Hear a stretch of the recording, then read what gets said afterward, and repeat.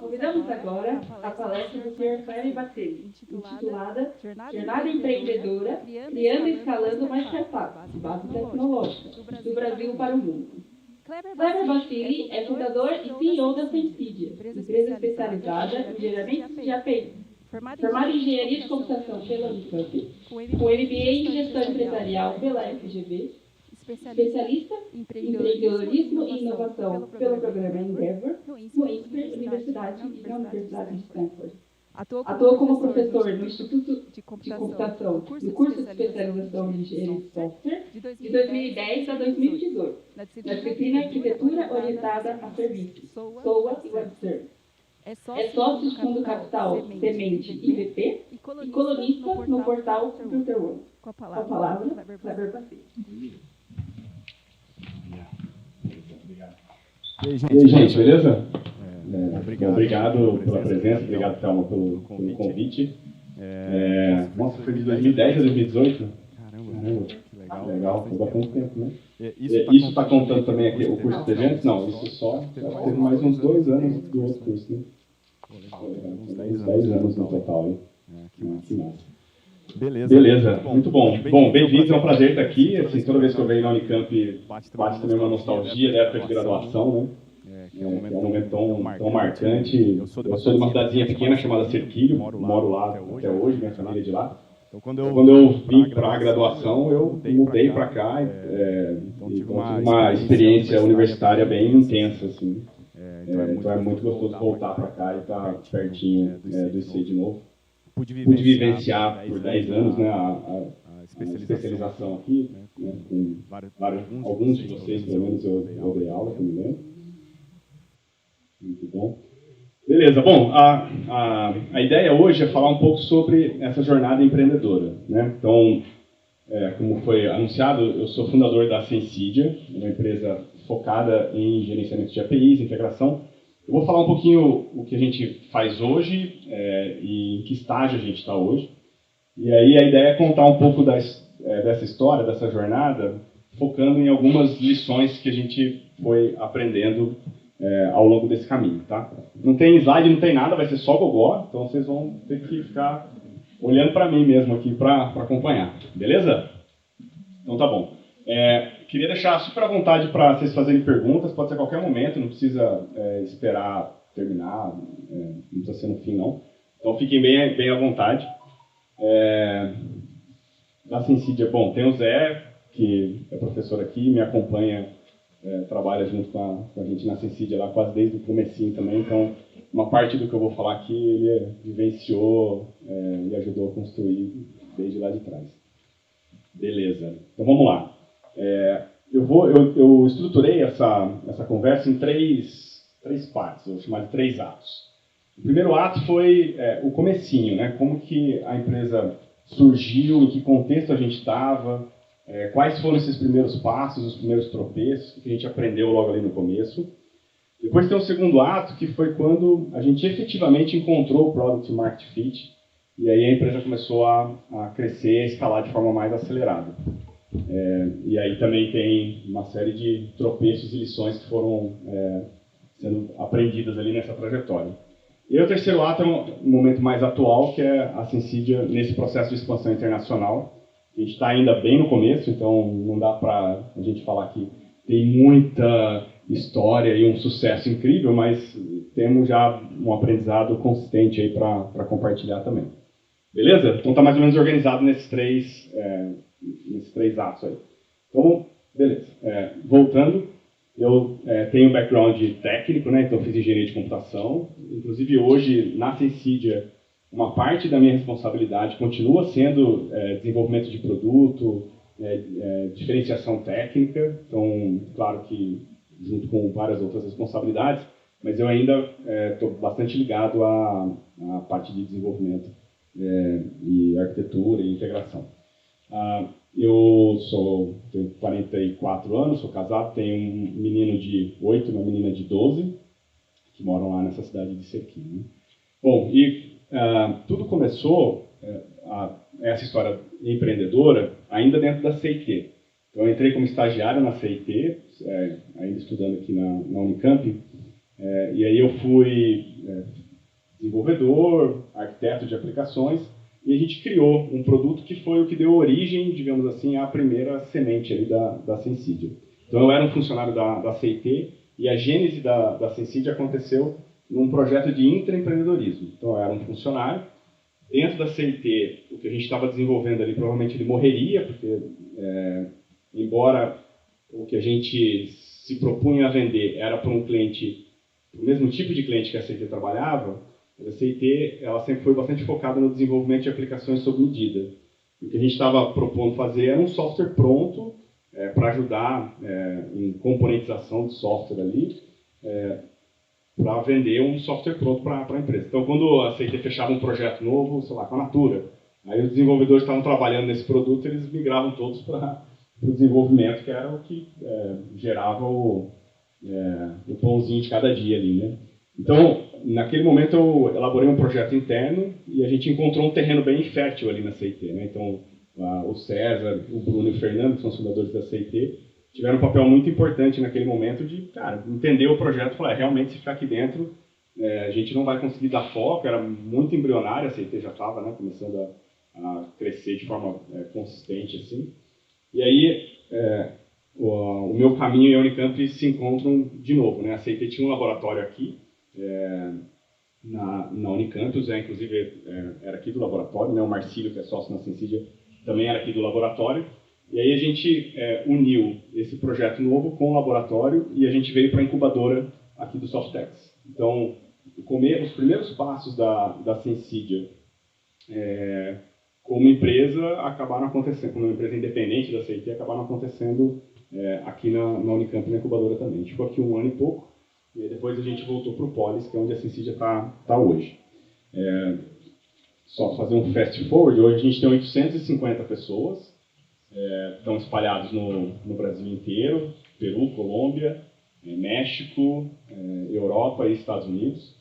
A grande maioria no Brasil, antes era muito concentrado em Campinas, um pouco no Rio, um pouco em Porto Alegre. Agora está, claro, Campinas tem uma concentração maior, mas está espalhado no Brasil todo, sei lá, acho que em 22 estados do Brasil tem gente da Sensidia.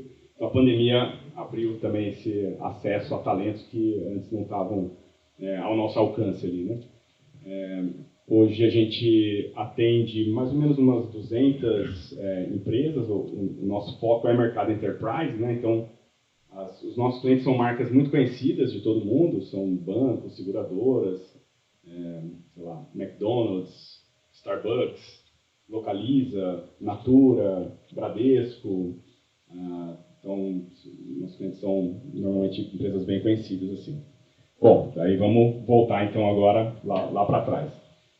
No começo, a gente, ao contrário de uma startup que começa na garagem, como a gente começou dentro da CIT, a gente já saiu com algumas pessoas, a gente já tinha o embrião do primeiro produto da Sensidia e já tinha uns 2 clientes ali, né, começando. Então, esse começo foi um pouquinho diferente, né, não é o começo tradicional de uma garagem, a gente já saiu com um empurrãozinho assim.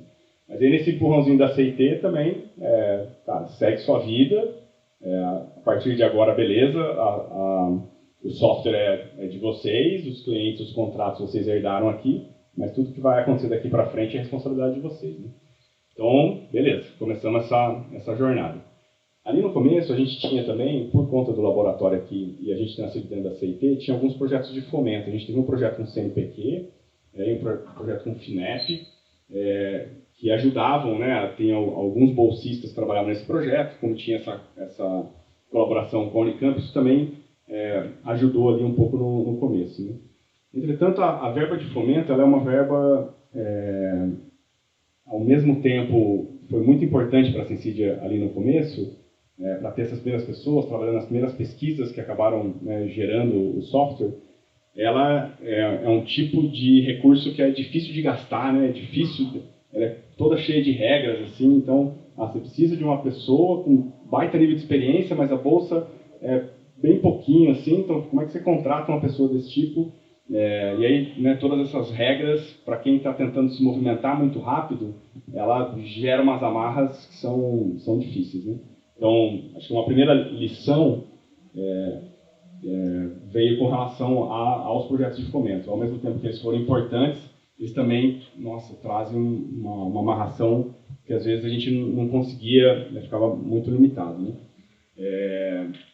E aí também uma hora o projeto acaba, né? E aí estavam os bolsistas lá, a gente queria contratar todo mundo, mas a gente ainda não tinha, digamos, demanda, cliente suficiente para isso, então tivemos passando uns perrengues ali em 2008. Bom, isso está acontecendo ao redor de 2007, 2008, tá? Então,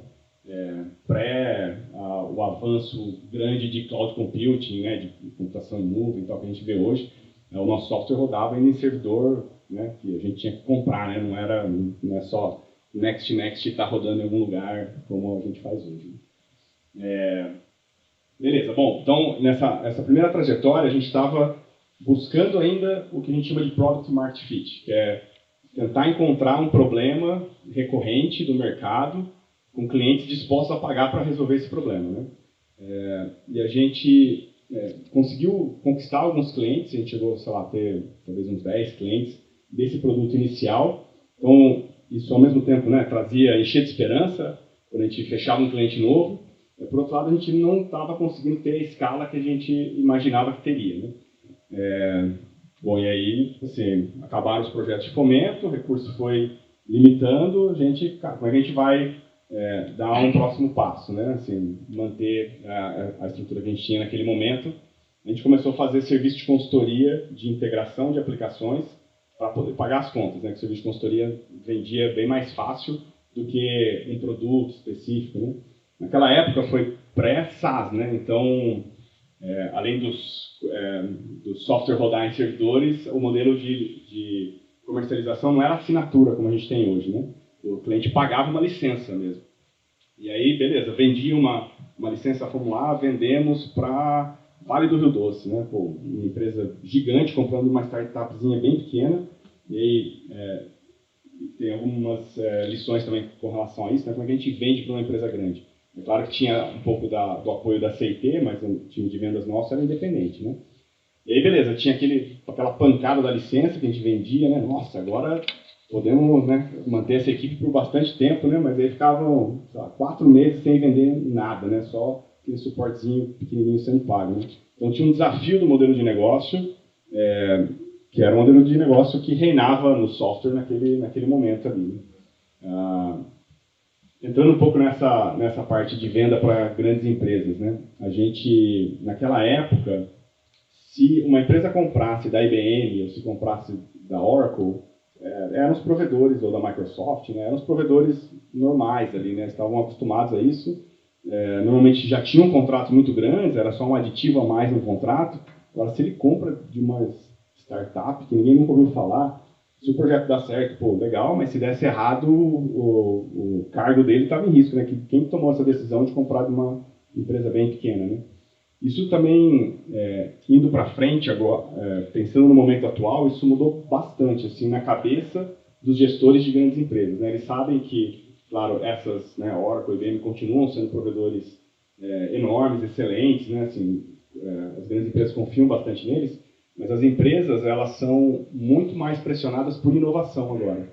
E eles não enxergam que somente trabalhar com os mesmos provedores grandes tradicionais de sempre vai trazer para eles essa inovação. Então, eles estão muito mais abertos a trabalhar com empresas mais jovens, pequenas, startups, que pensam diferente. Então, isso a gente conseguiu vivenciar nessa nossa trajetória. Momento em que, às vezes, o time técnico adorava o que a gente estava mostrando, quando chegava no momento de decisão, cara, nem pensar, vamos fechar com a IBM, boa, né? Para o momento atual, onde, não sei se a gente se tornou IBM, talvez, a gente está maior, né? Mas assim, as empresas estão muito mais abertas para trabalhar com startups e isso favorece muito quem está começando, né? Bom, beleza. Então, assim, a gente começou a prestar esse serviço de consultoria para poder, né, pagar as contas, pagar os boletos ali, né?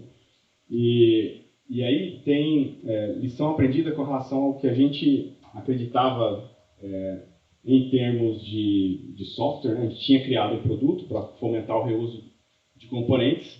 A gente viu que as empresas achavam legal, mas não era algo que era meio nice to have, assim, né? E aí essa foi uma trajetória que a gente não conseguiu ter tração no mercado, né? A gente acabou crescendo, um pouco como um especialista em integração.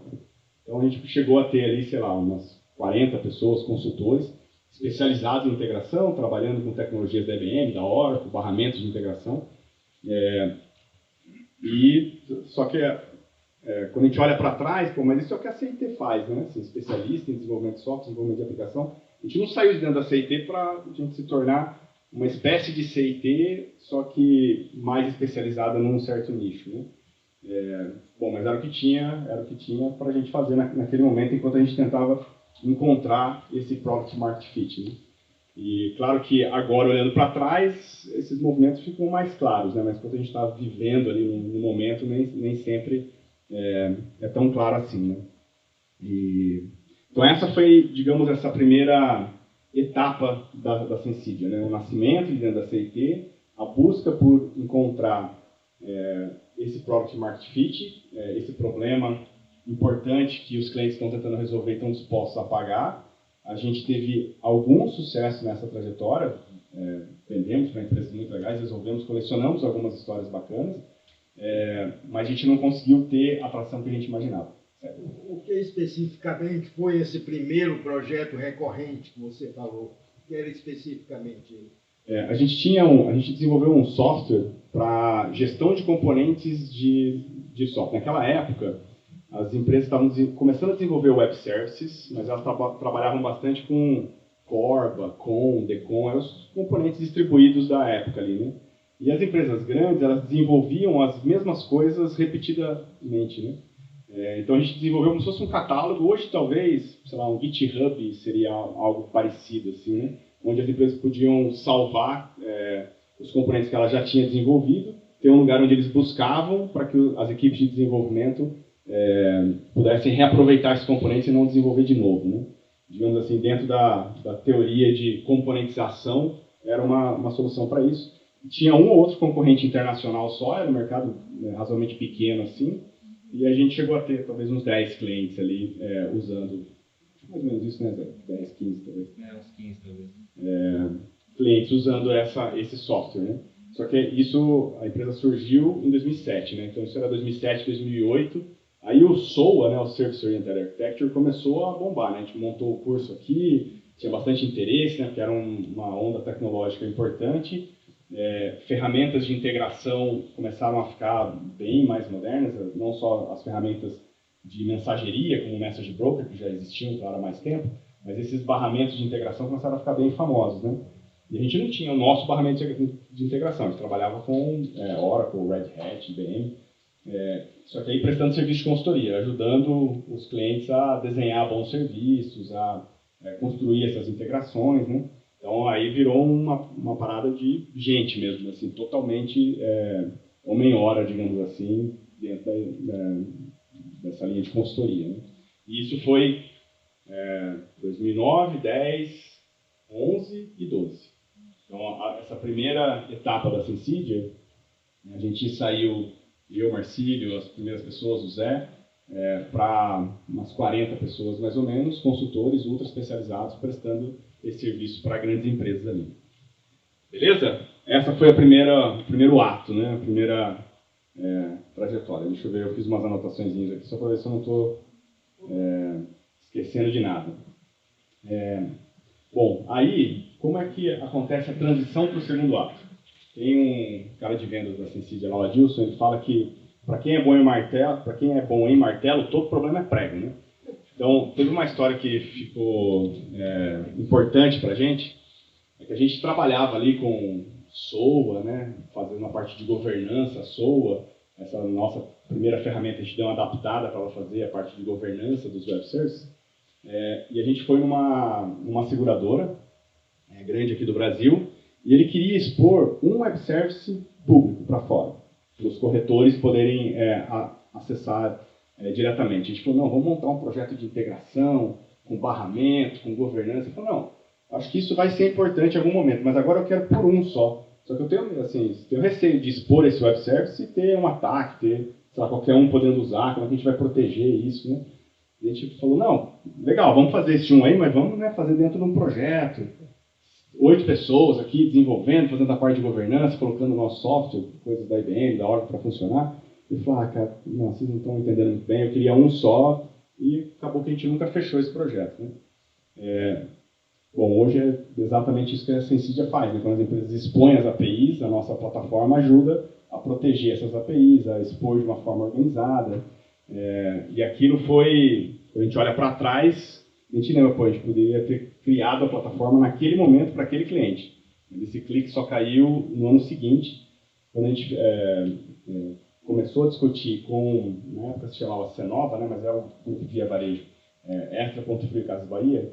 Eles estavam no projeto para abrir o primeiro marketplace do Brasil. Hoje, qualquer site de e-commerce que você vai, você vê lá que ele é vendido e entregue por uma outra loja, né?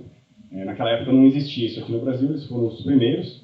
E esse modelo pressupõe que essa outra loja consiga publicar os produtos no e-commerce do Extra, né? Que era a primeira bandeira que eles iam usar.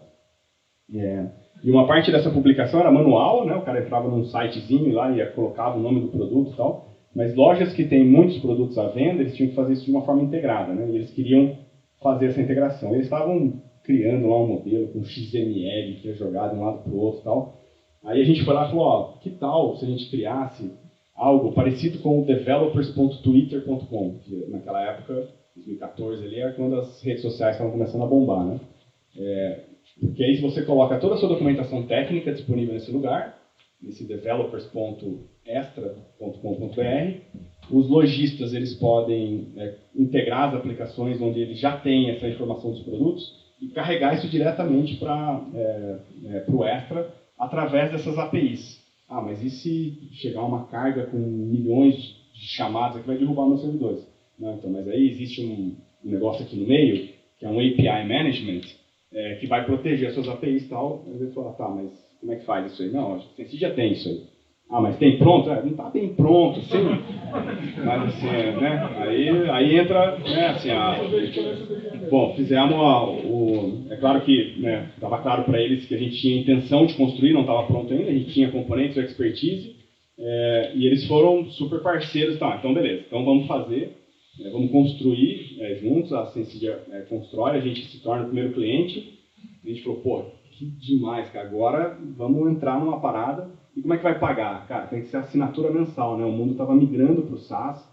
E onde isso vai rodar, cara? Tem que rodar na nuvem, né? Eram os primeiros projetos nossos ali experimentando nuvem também. Então, um monte de coisa nova naquele momento.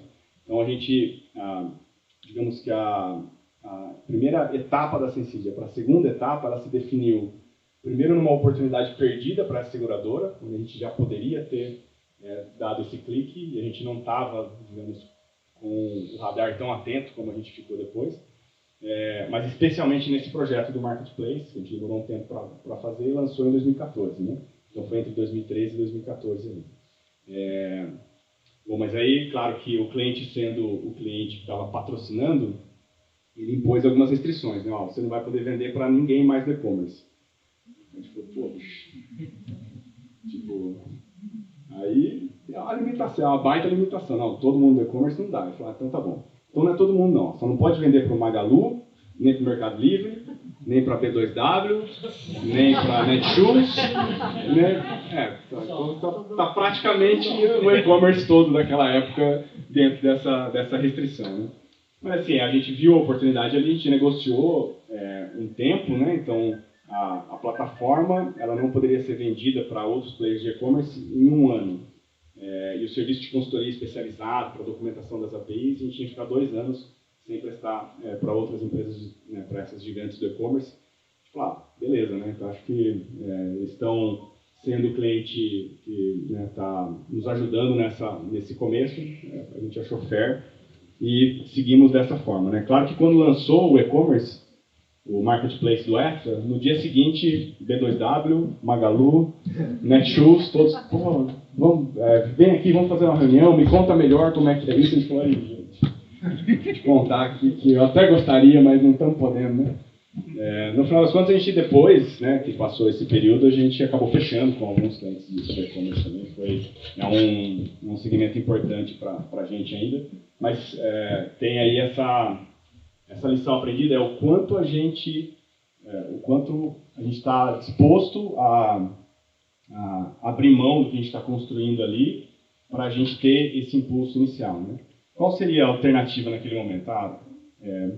O mundo de venture capital no Brasil, ele praticamente não existia, assim, né? O capital era muito escasso, né? Hoje é mais comum, levanta uma rodada de seed, aí com essa grana você faz essa prova de conceito, depois você levanta um investimento série A, série B. Hoje tem, digamos, uma indústria mais robusta para que as startups consigam, né, ter esse impulso inicial sem necessariamente precisar ficar amarrado dessa forma. Entretanto, tem um upside, assim, um lado positivo muito interessante quando você, ao invés de estar construindo um produto com o dinheiro que você pegou do investidor para que você resolva eventualmente algum problema, quando você nasce forjado na resolução do problema do cliente, isso traz um espírito para a empresa diferente, assim, sabe?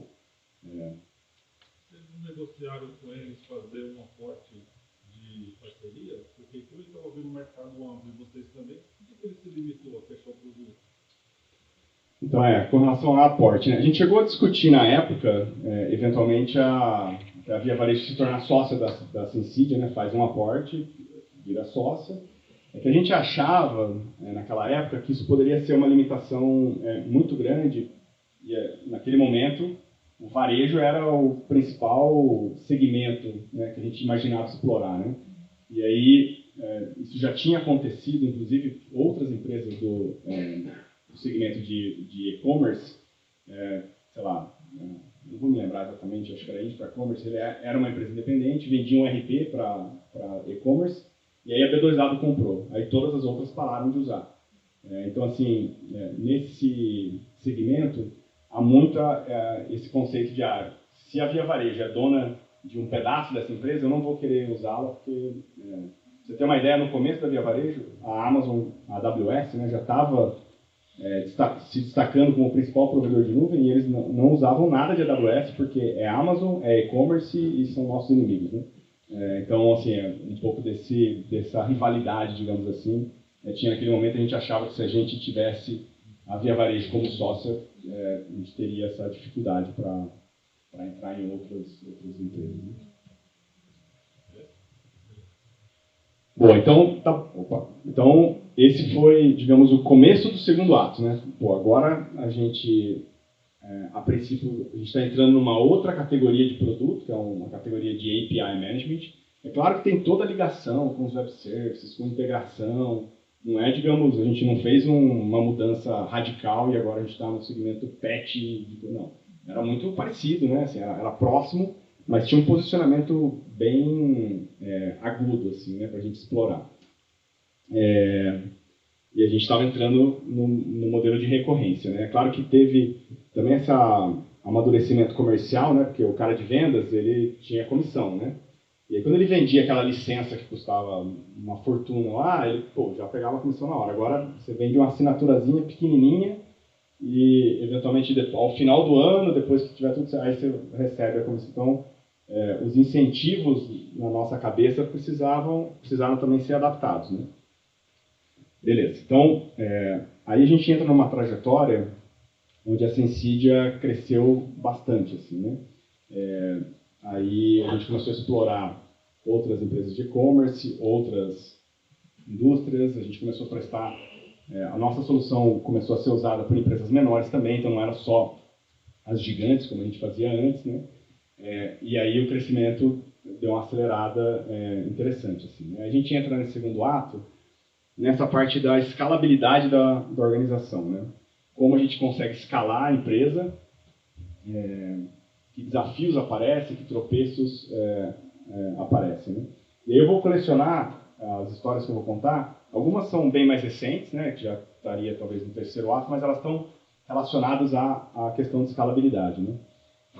Por exemplo, a gente está com 850 pessoas agora, 870, mas há 2 anos atrás a gente tinha 200 e pouco, né? Então, assim, foi um crescimento muito grande nos últimos anos.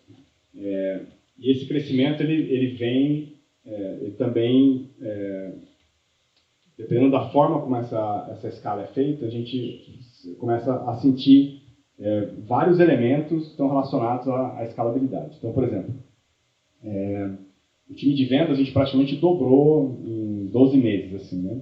Então, a eficiência de vendas, ela cai bastante, né? Então, você tinha antes, sei lá, 2 caras de vendas, 3 super especializados, cada enxadada é uma minhoca, assim, né? Então, ia lá, colocava a proposta, cara, a chance de vitória era bem alta, assim, né? Quando a gente sai de 3 para 30, esse time ele precisa de um tempo que a gente subestimou para conseguir estar bem fluente na nossa oferta, entender as objeções que os clientes fazem, entender quem são os concorrentes, como que a gente se diferencia.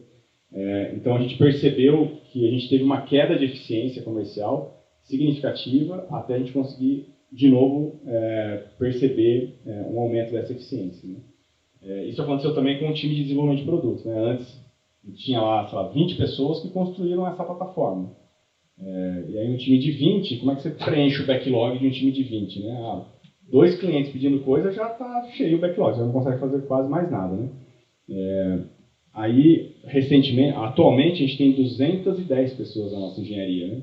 Então, de 20 e pouco para 210, multiplicou por 10, né? Você começa a ter camadas ali, né? Quando você desenvolve um negócio que, eventualmente, não era essa linha que você tinha que ir, você percebe que você já perdeu bastante recurso e tempo ali, né? Então, a gente também percebeu queda de eficiência em desenvolvimento, que também fica tudo mais complexo, muitos componentes, várias coisas acopladas, então entregas que eventualmente antes eram um pouco mais simples, agora tem vários módulos diferentes, elas ficam um dependendo do outro, então tem um trabalho grande da gente conseguir construir esse desacoplamento, e a gente, no momento atual, a gente está se sentindo muito melhor agora, depois de ter tido essa perda de eficiência percebida, né? Então, a escalabilidade da organização, para a gente, ela teve uma dor relacionada tanto, e todas as áreas da empresa sentiram isso, assim, né? Desde de vendas, né, áreas de negócio, quanto as áreas técnicas de desenvolvimento. Então, esse é até um ponto relacionado à escalabilidade. Outra coisa, né? Antes a gente tinha mais consultoria e tal, tinha um produto que era usado mais em tempo de design, né, de governança ali, e agora a nossa solução ela era missão crítica, né? Então, quando um seller, né, do marketplace queria atualizar um preço, a API tinha que estar disponível, né? E senão o preço ficava errado no site lá, né? Aí teve um dia, e beleza, fomos go live, a gente comemorando, agora, né, a gente indicando nessa nova trajetória. Aí 4 horas da manhã me liga o gerente do marketplace, caramba, né, peguei o telefone, o que está acontecendo? Ele me liga, nossa, tudo bem? Tem algum problema? Ah, sim, a API está fora do ar aqui, a gente precisa que vocês ajudem. A gente falou, nossa, e agora, né? Aí eu fiquei com o Zé, 4 horas da manhã, Zé, cara, como é que a gente faz, né? A gente não se estruturou muito bem para esse atendimento de missão crítica e de problema que pode acontecer a qualquer momento, né? E essa foi uma outra escalabilidade que também a gente testou e vem amadurecendo muito, né? Então, as coisas rodam em nuvem, né? Elasticidade e tal, mas a gente sabe que problemas acontecem, especialmente quando a gente atende missão crítica, né? Eventualmente, cara, caiu o link da empresa, assim, os problemas podem não estar relacionados à Sensidia, mas a gente está no caminho crítico, então a gente tem que estar sempre disponível para ajudar o cliente a fazer esse troubleshooting, né? Então, o nosso amadurecimento em gestão de missão crítica, atendimento 24/7, escalabilidade de nuvem, a gente tem um time hoje bem forte, capaz de suportar a operação desses clientes que eu mencionei, né? Então, esse foi um outro elemento de amadurecimento muito intenso que a gente vivenciou nessa era de crescimento acelerado. Beleza? Dúvidas? Eu tenho uma. Sobre responsabilidade civil em relação à publicação dos preços no varejo, vocês focam isso como cliente ou não?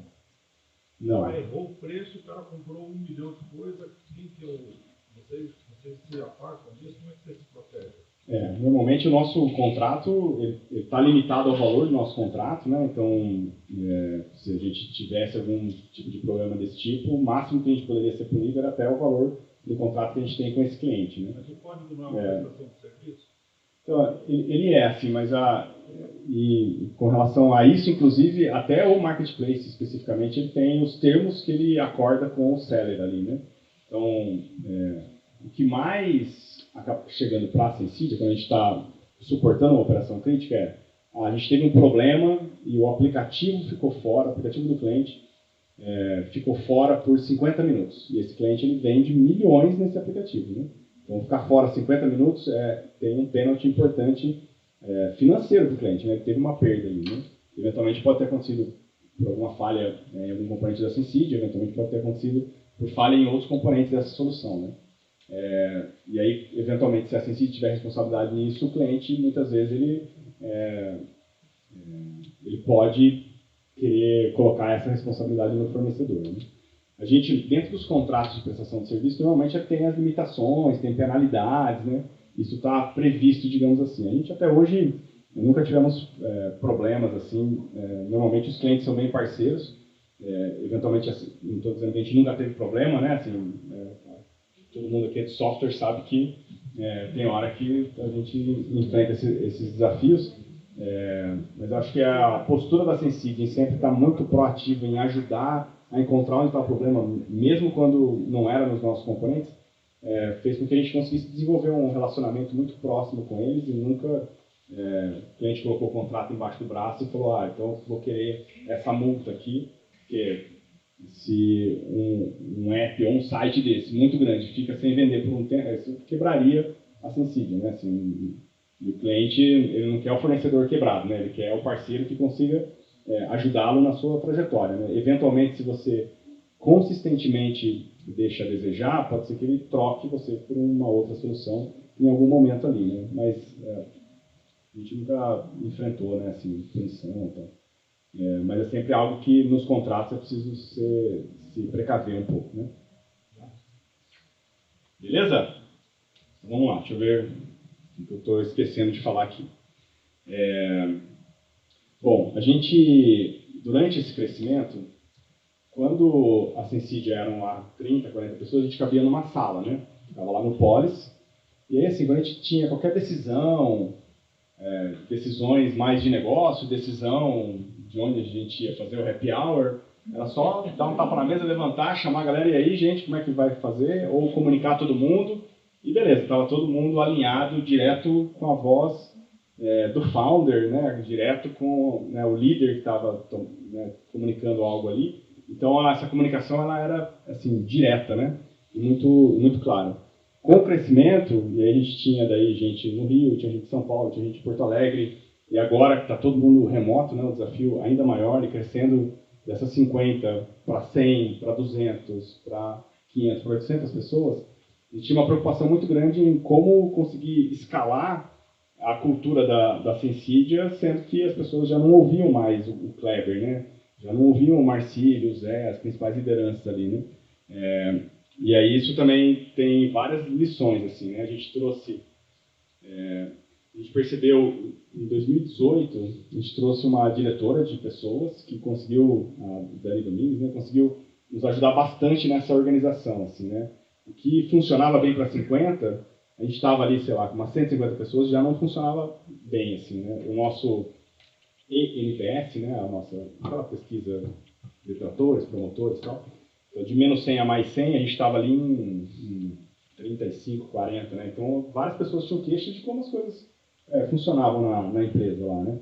Hoje, com 800 e poucas pessoas, o nosso NPS é 89. Então, de menos 100 a mais 100, a gente tem uma nota de 89. Assim, o nível de satisfação das pessoas trabalhando lá é super alto, assim, de engajamento, de transparência. Então, isso foi algo que a gente conseguiu construir mesmo durante a pandemia, todo mundo trabalhando remoto, né? Manter as pessoas engajadas, elas conhecendo os objetivos, se sentindo parte desses objetivos, né? E aí tem alguns elementos interessantes, né? Quando a gente fez esse desenho essa revisão da nossa cultura, a gente usou alguns mecanismos mais modernos, assim, né? Cada elemento da cultura da Sensidia, ela é representada por uma hashtag. Então, tem a hashtag AwesomePeople, a hashtag Ownership. E toda empresa, no final das contas, tem lá a cultura, o que ela coloca na parede, como as pessoas deveriam, né, se comportar diante de situações que acontecem no dia a dia. Muitas vezes, isso se torna apenas algo que você coloca na parede da empresa, né? E a gente sempre quis que os valores da empresa fossem praticados no dia a dia, né? E aí, com essas hashtags, a gente conseguiu levar isso para diversos processos da empresa. Então, quando a gente vai recrutar alguém, e a gente está avaliando o encaixe dessa pessoa dentro da Sensidia, a gente avalia olhando essas hashtags. Quando a gente vai fazer avaliação de desempenho das pessoas, a gente olha de acordo com essas hashtags. Quando a gente premia as pessoas, a gente premia de acordo com as hashtags. Então, no final das contas, e a hashtag tem esse poder de ser o hashtag, né, assim, galera mais jovem das redes sociais, né? Então tem esse poder de comunicação de rapidez, de clareza, assim, né? Então, no final das contas, a gente conseguiu, ao mesmo tempo, usar uma linguagem moderna, bacana, acessível para as pessoas, e inserir essa linguagem nos processos do dia a dia, de como as pessoas efetivamente se comportam, se reconhecem. Então, esse foi um elemento bem legal, assim, a gente acha que funcionou muito bem. Tem outro que são alguns símbolos também, e aí é interessante pensar, né? Quando a gente saiu de dentro da CIT e veio aqui para a incubadora, a gente eram algumas poucas pessoas, computadores, né, aqueles monitores enormes, CPU, assim, né? E a gente veio de Kombi. A gente alugou uma Kombi, botou os computadores na Kombi e a gente veio de Kombi aqui para a incubadora.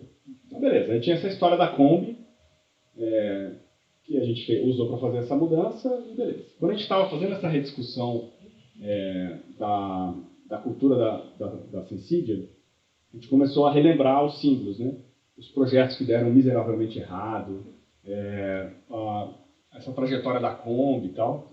E aí a gente estava fazendo uma reforma no escritório, a gente falou, pô, vamos pegar essa Kombi e vamos botar essa Kombi dentro do escritório, não essa em particular, porque, né, era uma alugada, a gente nem tinha nenhum vínculo tão emocional com aquela Kombi específica. Inclusive, quando a gente alugou a Kombi, tinha duas opções, a Kombi e a Doblô.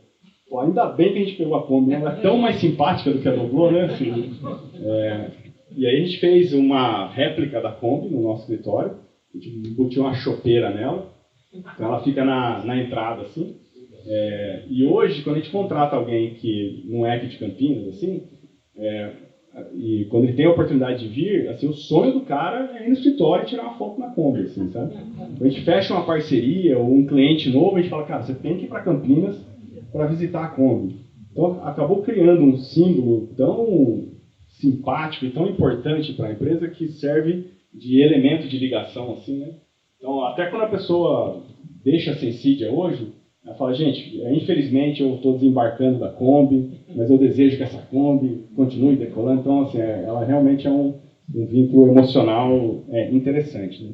Esse foi um outro elemento muito legal, assim, de como a gente conseguiu atravessar todo esse período, mantendo a galera bem engajada, assim, né?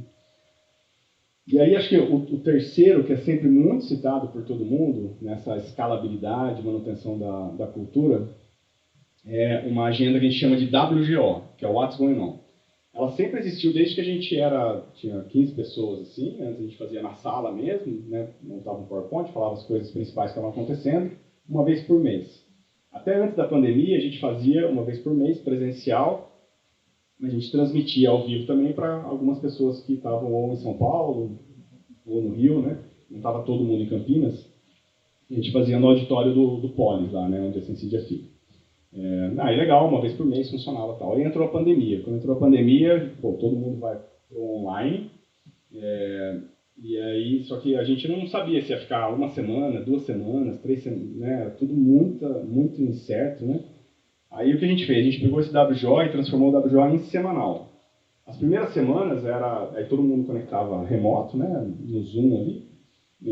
As primeiras semanas, assim, eu abri o site, via, era mais notícia de pandemia, de estatística de morte, se a gente, né, estatística de contaminação, de internação, se a gente ia voltar ou não ia voltar. E aí, mas tinha uma mensal que era os resultados. A gente sempre mostrou bastante os resultados, crescimento. receita, novos clientes, etc. Né? Bom, até hoje essa agenda roda toda semana. Então, uma vez por semana, umas 500 pessoas mais ou menos conectam online. Algumas estão, sei lá, em outros compromissos, estão de férias e assistem depois. Né? Mas a gente se conecta online para passar, e aí, é claro, agora a gente tem temas. Né? Então, hoje a gente vai falar de pessoas, hoje a gente vai falar da expansão internacional, hoje a gente vai falar de novidades tecnológicas das nossas soluções que o time de engenharia está produzindo. E tem a agenda de resultados, OKRs, objetivos e resultados, que a gente passa semanalmente também. Isso é interessante, as pessoas normalmente elas elogiam o nível de transparência, a constância, aí eles ouvem direto do Kleber, direto do Marcílio, das principais lideranças, né? Então a gente sente que isso achata um pouco a hierarquia da empresa, com as pessoas tendo essa conexão. Né? Então, esse foi um outro elemento bem interessante, uma lição aprendida para a gente, como é que a gente mantém a proximidade mesmo estando todo mundo longe. Né? E claro que tem energia ali para toda semana, né? 1 hora para a empresa toda. Né? Todo mundo que tem que preparar esses materiais, né? Antes, então tem toda essa discussão também. Beleza? Bom, então foi esse o outro elemento desse segundo ato da escalabilidade. Vou dar uma aceleradinha aqui. Aí tem um terceiro que já é a transição para o terceiro ato, que agora é a gente se aventurando no mercado internacional. A gente começou a fazer uns testes na América Latina e uns testes na Europa, né?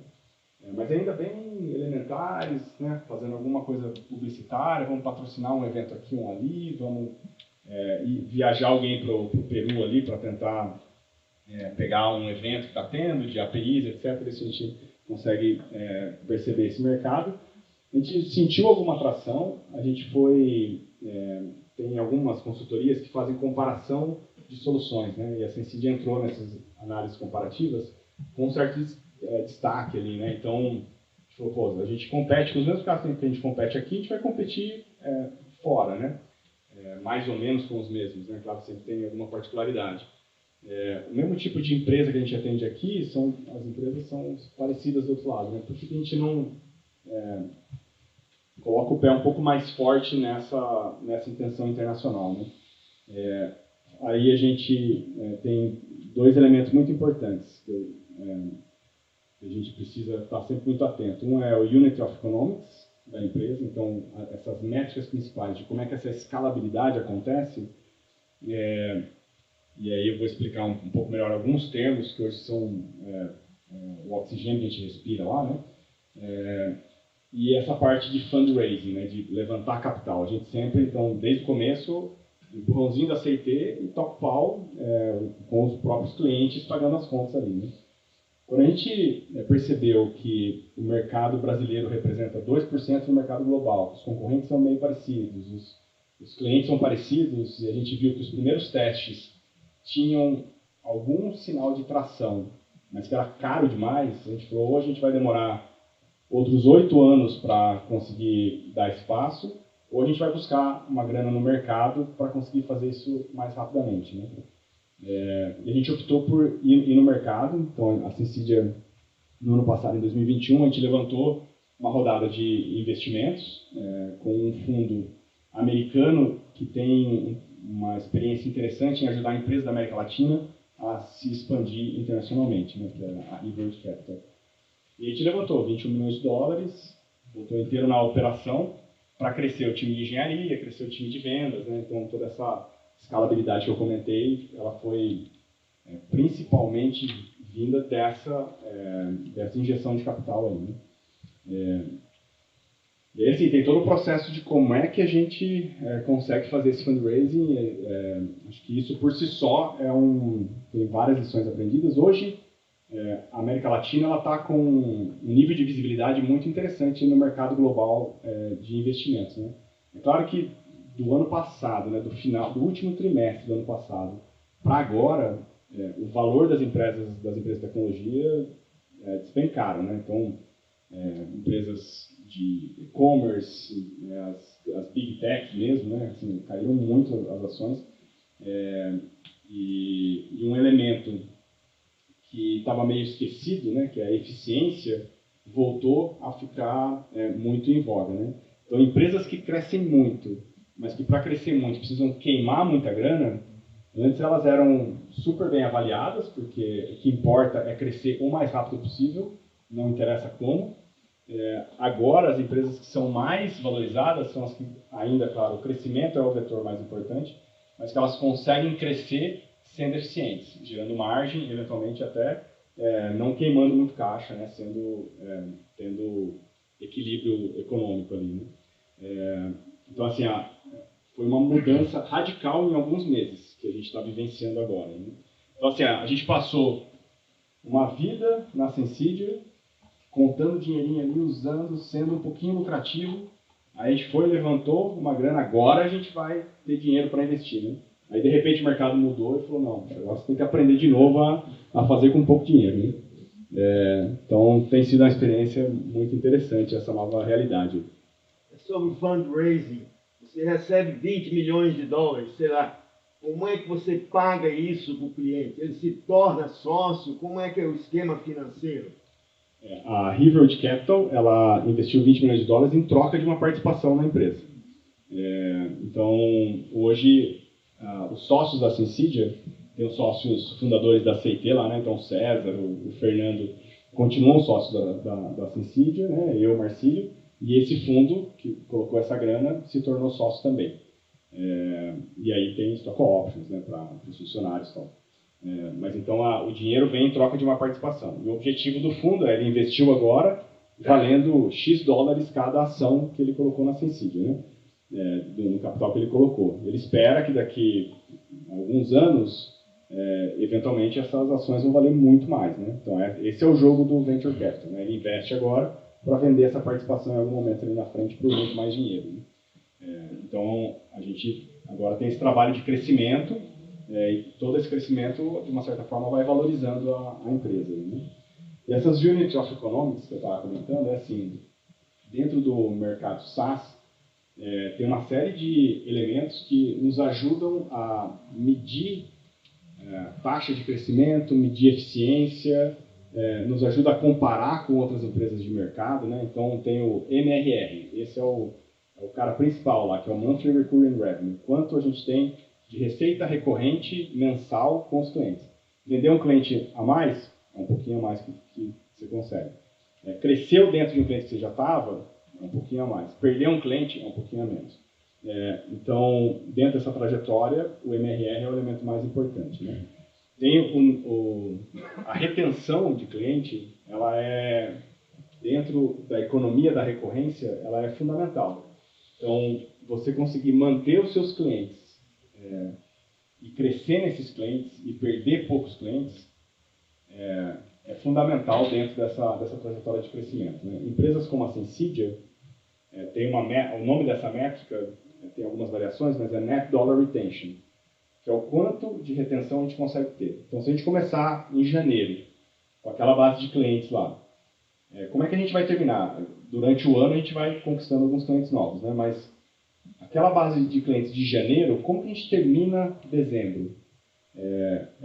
No nosso caso, 2021, por exemplo, foi 130%. Então, esse mesmo conjunto de clientes, a gente perdeu um ou outro, que puxou para baixo, mas dos que ficaram, a gente acabou crescendo nesses clientes.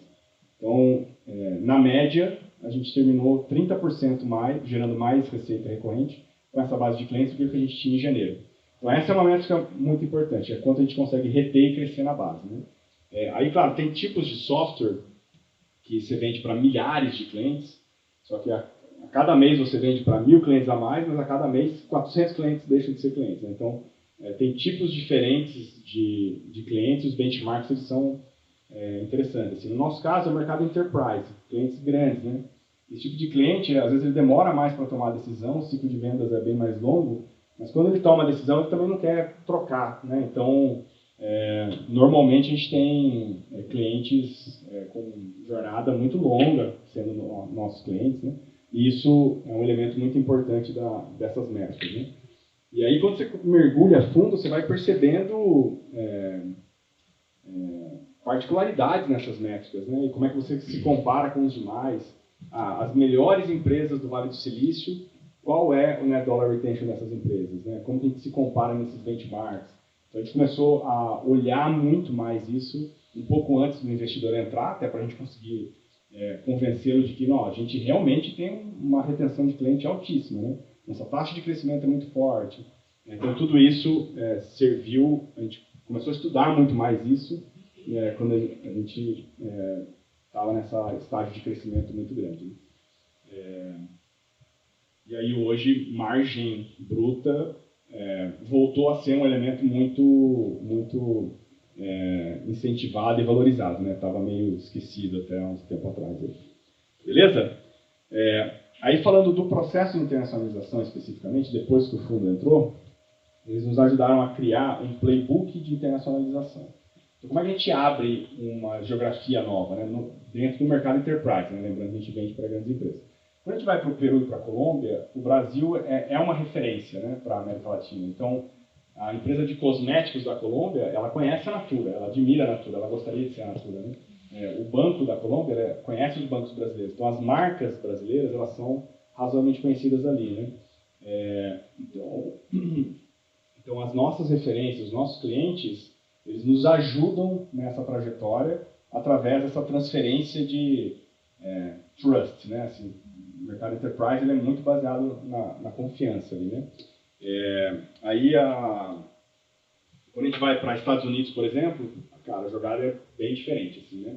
Os nossos clientes aqui são muito pouco conhecidos, as histórias que a gente construiu aqui, elas não representam tanto fora do Brasil, né? Então, o trabalho de marca, de construir essa confiabilidade, ela é mais longa, né? Bom, mas dentro desse playbook de expansão internacional, a gente foi dividindo em estágios, né?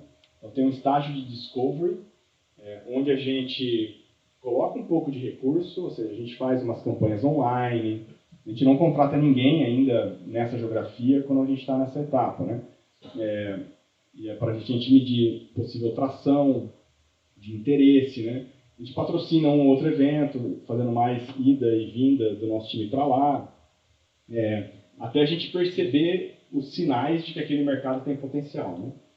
Esses sinais vêm através de propostas colocadas, um cliente inicial fechado remotamente, né? Então, a gente foi definindo essas métricas do que para a gente significa o estágio de discovery. Aí depois tem o estágio de validação. Então, beleza, aqui eu já vou contratar alguém localmente, aqui eu já vou ter uma agenda mais intensa de marketing, vou pôr um pouco mais de recurso em ads, e a gente vai investindo mais e vai analisando como que o pipeline de oportunidades comerciais pode se desenvolver nesse novo mercado, né? E se a gente tiver X clientes, tanto de receita recorrente, a gente vai para o próximo estágio, que é o scale, que aí é montar time maior, né? Então, assim, foi mais ou menos dessa forma que a gente estruturou esse processo. É claro que é muito mais, não é, né, o branco no preto, né? Então, fechou esse cliente, agora empurra mais dinheiro, assim, né? Tem outros elementos mais soft ali que entram nessas decisões. Por exemplo, o mercado dos Estados Unidos, a gente já sabe que é um mercado muito grande, né? Todos os nossos concorrentes são muito grandes lá, né? Então, o mercado ele não precisa ser validado no sentido de ter potencial, né? Lá é muito mais a validação, como a gente se diferencia de quem já está lá, né? Então, nesse caso é um pouco diferente assim, a forma de organizar, né? Então a gente está agora nessa trajetória, então a gente tem operação no Peru, Colômbia, esse ano a gente abriu México no meio do ano e Estados Unidos, então a gente está trabalhando México e Estados Unidos como os mercados mais novos para a gente, selecionando agora os primeiros clientes, né? Então fechamos alguns clientes no México, fechamos alguns clientes nos Estados Unidos, ainda com hipóteses a serem validadas, né? Então são mercados que a gente ainda não está tão robusto, né? Mas são mercados com potencial bem interessante, né? Deixa eu ver o que mais que eu posso estar esquecendo aqui dessa trajetória. Bom, contratação local, né? Esse é outro negócio. Como é que você contrata alguém nesse outro mercado, né? Se você não está presente. Hoje até, depois da pandemia, né? Assim, vocês devem conhecer bastante gente que saiu da empresa aqui e está prestando serviço direto para uma empresa gringa, recebendo um wire transfer lá e boas, né? Mas assim, a pandemia fez com que um tipo de empresa amadurecesse rápido, assim, que é a empresa que organiza o local hiring, né? Então, por exemplo, nos mercados onde a gente está começando, ao invés da gente abrir uma empresa, ter toda a parte burocrática, legal, você ter uma entidade local, a gente contrata essa empresa específica e a gente faz a contratação e o pagamento através dela, né? Tem uma empresa, a gente usa uma chamada Deal, mas tem várias outras, né, que fazem esse trabalho, eles estão presentes em dezenas de países, né, e eles conseguem reduzir bastante a burocracia, especialmente num estágio em que a gente ainda não foi com tudo para aquele mercado, né? Quando a gente vai com mais força, aí normalmente fica o custo-benefício fica melhor você efetivamente abrir a operação ali, né? Ter uma entidade local, etc. Então isso também faz parte dessa trajetória. Nessa expansão, como é que vocês no dia a dia mantêm a equipe integrada? Que ferramentas vocês usam? Assim, tem idioma, né? Começa por aí, né? Então, por exemplo, a gente faz esse WGO, que eu falei, toda semana. A gente contratou uma tradução simultânea e no Zoom tem a opção lá. Então, os gringos, eles ouvem o Kleber falando em inglês, assim, o tradutor lá falando em inglês, né? Mas eu faço em português. Então, assim, a gente tem um pouco de investimento para poder traduzir mais as coisas, para integrar melhor os times. Aí tem várias agendas que antes elas eram em português, agora elas precisam ser em inglês, porque tem participantes internacionais também. E aí algumas coisas que em português para a gente resolve rápido, né? Em inglês a gente demora um pouco mais. Mas está sendo também uma experiência legal, assim, as pessoas estão ficando bem mais expostas a fazer reuniões. A gente, para tirar um pouco do receio das pessoas de se exporem mesmo, né? A gente adotou o idioma oficial da Sensid é o Bad English. Nossa, está todo mundo permitido falar mal inglês, né? Porque a gente tinha várias pessoas que até falavam bem inglês. Quando ela ia começar a reunião, a gente falava, desculpa, porque o meu inglês é ruim e tal, não sei o quê. E aí tem alguns gringos, eles são bem sagazes, né? Falam, não, o seu inglês é muito melhor que o meu português, então não se preocupe. Mas para a gente, digamos, tirar um pouco do peso das pessoas, da responsabilidade, né? Assim, dessa exposição, a gente assumiu como Bad English como sendo o idioma oficial. Né? Então tem várias reuniões, a grande maioria, claro, das reuniões continua em português, mas sempre que tem um gringo, a gente faz a reunião em inglês. Então isso é um elemento de desafio também, né? do idioma. Assim, a gente tenta fazer os materiais todos em inglês, já, né? Então as apresentações, etc., a maior parte das vezes já tenta fazer em inglês. Por Slack tem a tradução também. No Slack a gente tem um botzinho que traduz, né? Em alguns canais ela já fica... Tem alguns canais que são em inglês, né? Onde os gringos participam com frequência, né? Mas nos canais corporativos, assim, tem um bot que traduz. Então, você publica em português, ele já gera a cópia em inglês. Né? O Slack é uma das ferramentas que a gente utiliza para pegar um pouco de ferramental, a gente usa bastante Google desde o começo, né? Então a gente era usuário grátis do Google, até a gente ter um certo número de funcionários, aí passando para as versões pagas. Então, Google, a gente usa Google Docs para tudo, né? Documento, apresentação e planilha. Quem vem de fora, muito especialista em Excel, tem um choque inicial ali para fazer essa migração, né? Ou quem está muito especialista em Outlook, né? Tudo Gmail. A gente usa Slack como canal principal de comunicação interna, a gente usa o Zoom e o Meet como ferramentas de conferência online. Para conferências, eventos muito grandes, a gente usa mais o Zoom. No dia a dia, integrado na agenda, vai mais o Meet ali, né? A gente usa para Zendesk para atendimento a clientes, muito Gira para desenvolvimento de software. Confluence para documentação. Confluence, né? Parte técnica. Aí a parte comercial a gente usa bastante HubSpot para controle das oportunidades.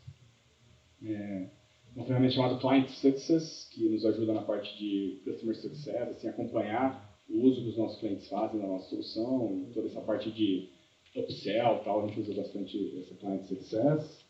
E tem ferramenta de academia também, né, de treinamento interno. A gente também tem uma ferramenta onde tudo que esses WGOs gravados vão todos para lá. E tem as trilhas de treinamento, os treinamentos que nós mesmos fazemos. Né? Tem a Lura para treinamentos externos. Assim, né? E com relação à documentação, códigos, esse tipo de coisa, vocês já nasceram tendo isso daí tudo internacionalizado, tudo usando inglês, alguma coisa assim?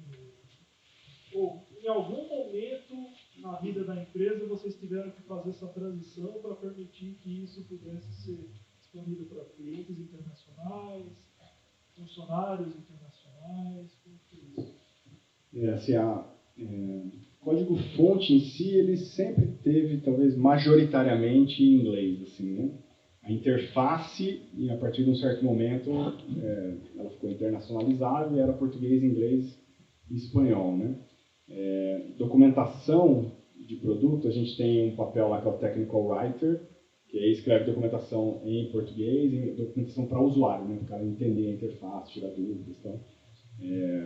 E aí tem inglês e português, e o inglês antes cara, faz em português e traduz de algum jeito depois, né?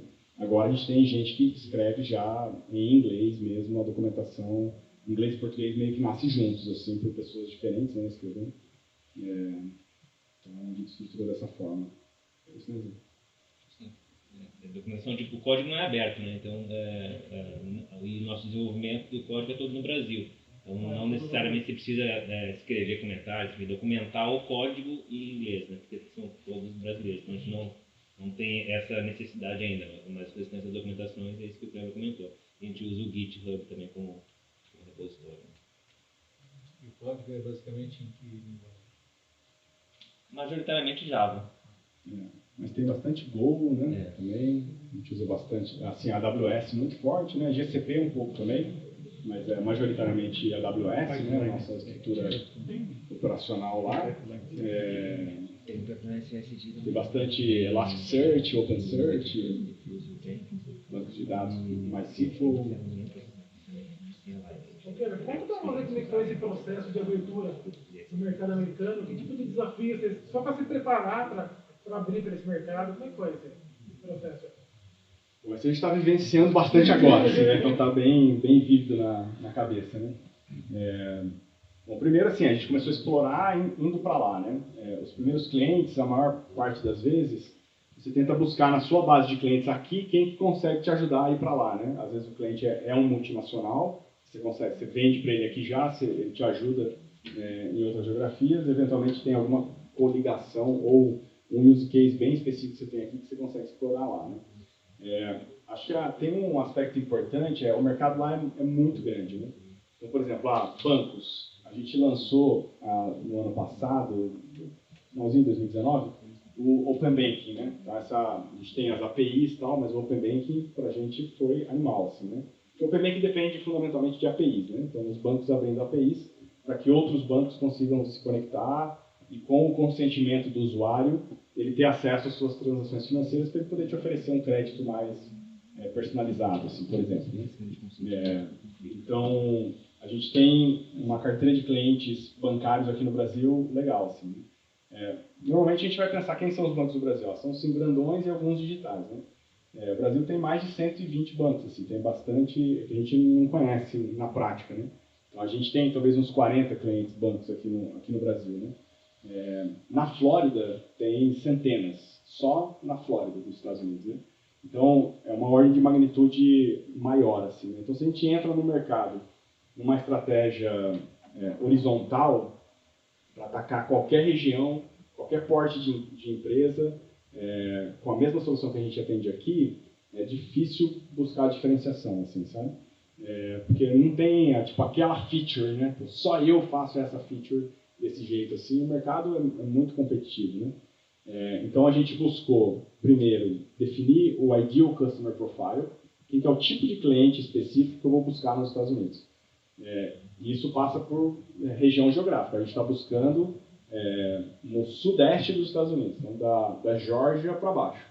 Você tem que obedecer a legislação local também, né? Isso, tem. Isso é o nosso caso, o tipo de solução que a gente faz não tem tanta especificidade de um estado para o outro, né? Mas é claro que o Open, vamos dizer, do país, né? Assim, lá não tem o mesmo a regulação de Open Bank que tem aqui, então lá o pitch é diferente, né? Mas claro que a nossa experiência em bancos aqui ajuda bastante a gente falar com bancos lá, né? Então a gente buscou essa especialização geográfica, esse tipo de cliente. Claro que se vier um cliente do varejo, falar, eu quero comprar um API Management aqui, estou abrindo uma concorrência, uma RFP, e eu queria que vocês participassem. Pô, beleza, a gente participa, né? Mas a gente não faz campanha, não patrocina evento, não estimula relacionamento fora desse Ideal Customer Profile inicialmente, né? Então a gente está focando em bancos médios, então não é o Bank of America, né? Assim, não são os gigantões lá, mas são bancos médios e que em volume é brutalmente maior que tem aqui no Brasil, né? Então assim, já tem mercado suficiente para a gente conquistar um sucesso inicial se a nossa oferta tiver bastante tração ali, né? Então tem essa questão de definição de mercado, de ângulo de competitividade, como é que a gente vai se diferenciar dos caras que atendem mais especificamente a esse mercado, jargões, né, etc.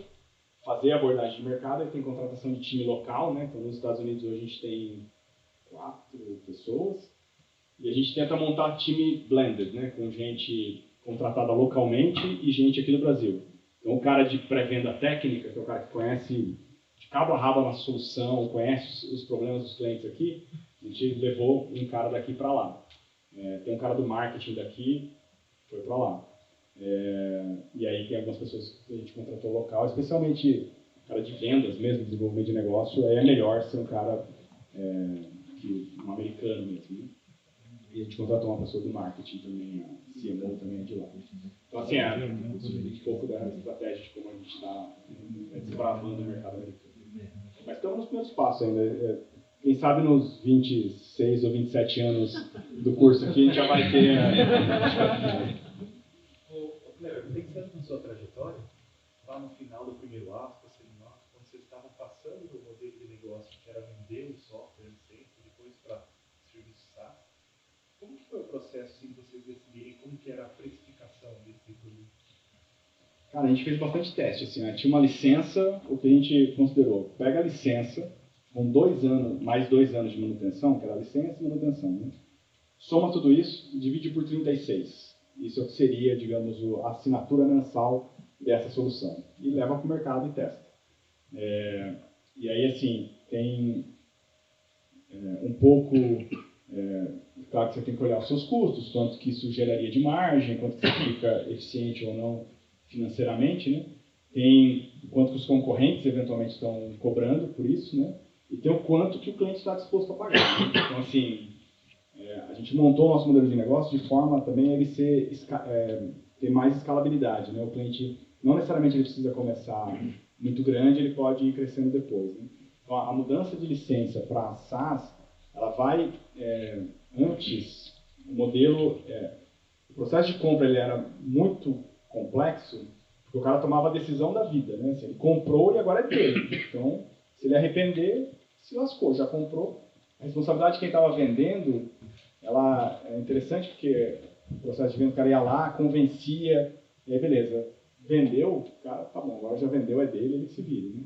O modelo SaaS é muito diferente, a corresponsabilidade para o sucesso do fornecedor é muito grande, né? Porque você é tão bom quanto você foi nos últimos 60 dias, entendeu? Se você decepcionar o cliente, cara, daqui a pouco ele vai colocar uma outra solução no seu lugar, né? Eventualmente o seu contrato ainda pode ter 1 ano, 2 anos, podem ser contratos mais longos, mas quando estiver chegando perto do vencimento do contrato, eventualmente ele vai ter outra solução no lugar da sua, né? Então, a responsabilidade pelo sucesso fica muito dividida entre o cliente e o fornecedor, né? Aí a gente tem também, aí o cliente pode ir assinando mais coisas ao longo do tempo e conforme ele vai, né, amadurecendo mais na gestão de APIs, a gente vai se tornando um parceiro mais forte, né? Essa questão da escalabilidade, né, para cobrança, quantidade de APIs, como é que é? E como que você mede, monitora o cliente? Depois queria saber um pouco de roadmap, como é que você faz novos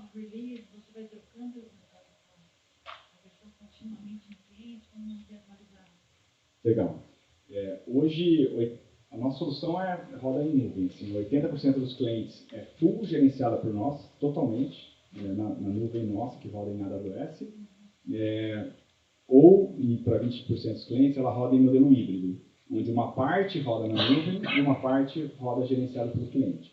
A gente não tem hoje o modelo on-premise, né, que é totalmente rodando gerenciado pelo cliente. Então, de uma certa forma, a gente tem a metrificação de todo o uso do software, ela está, digamos, já vem de graça porque ela é gerenciada por nós. Né?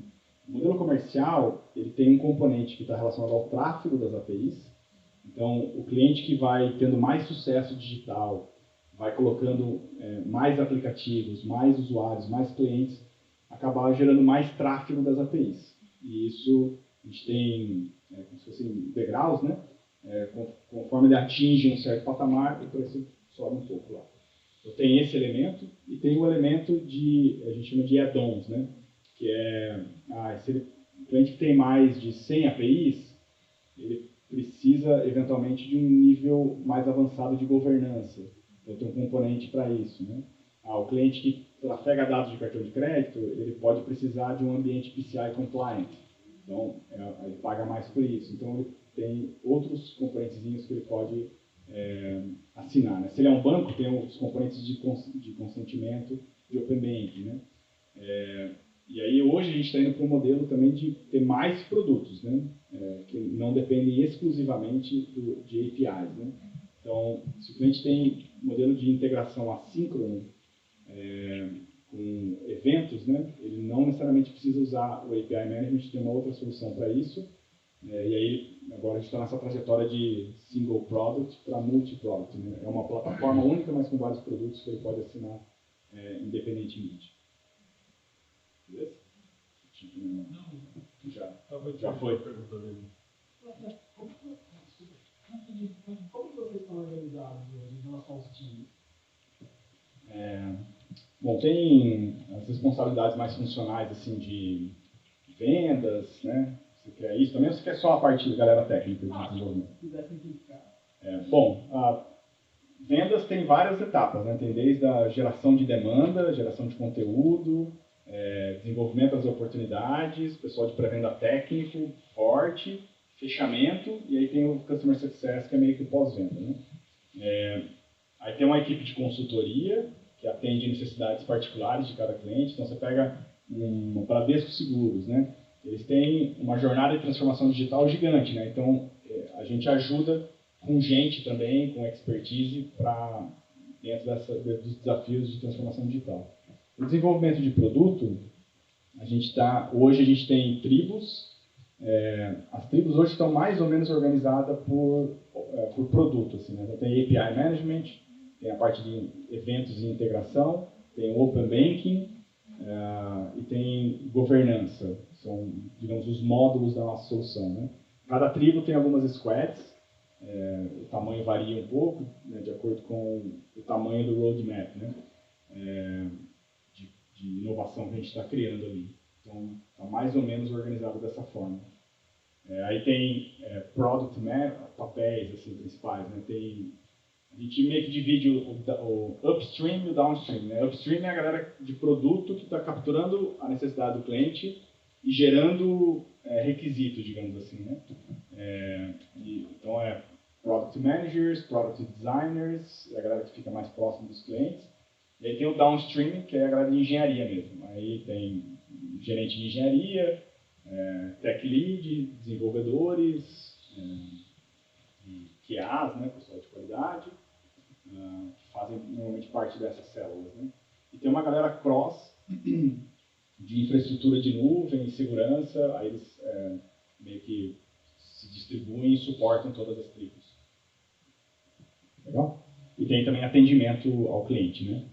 Dúvidas, bugs, etc. Acho que é a última pergunta. Última pergunta? Acho que a gente deu o tempo aqui. Professor Eugênio. Então, a minha pergunta não é tão, talvez, um pouco mais técnica. É no sentido, assim, de os produtos que vocês desenvolvem e tal, como é que fica o aspecto de qualidade? Isso não conta tanto ou conta? Qual é a porcentagem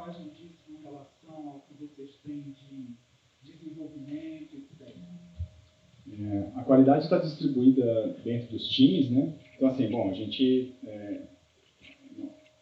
nosso posicionamento é empresa de classe global, né? Concorrendo com Google, IBM, né? Então, assim, a expectativa do cliente é que tenha um nível de qualidade bem alto, né? Hoje a gente tem bastante investimento em automatização de testes, então toda a squad tem gente de teste focado bastante em programação dos testes, né? Então, dependendo do produto tem uma cobertura maior, dependendo do produto tem uma cobertura não tão grande ainda, né? Mas há um investimento grande na automação. E aí quando a gente fecha releases, esses pipelines rodam esses testes todos automaticamente, né? E aí tem um trabalho quando a gente vai atualizando para os clientes, a nossa solução ela tem uns pedaços que são multi-tenant, né? Então, atualizou, todos os clientes acessam imediatamente a versão atualizada, né?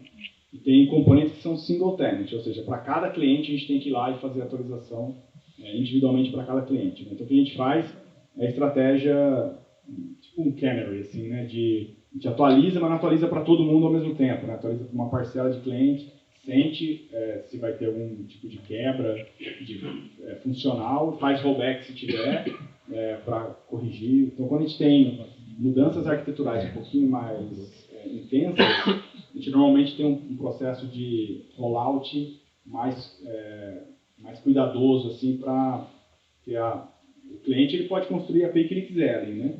Então, a gente coloca uma atualização, nossa, para de funcionar o suporte, a XSLT num tipo de transformação específica de uma API que o cara construiu em código JavaScript que roda na nossa plataforma, né? Então, são casos, assim, bem particulares, às vezes que é difícil prever antes, né? Então, nesse caso, a gente vai atualizando um por um, assim, identificou que teve um problema, dá rollback, aí corrige o problema, depois tenta de novo, né? É mais ou menos assim. Então, a gente não tem, digamos, uma área de qualidade separada, né? Os engenheiros de qualidade estão distribuídos em todos os times. Beleza? Gente, deu tempo aqui. Queria agradecer muito a presença.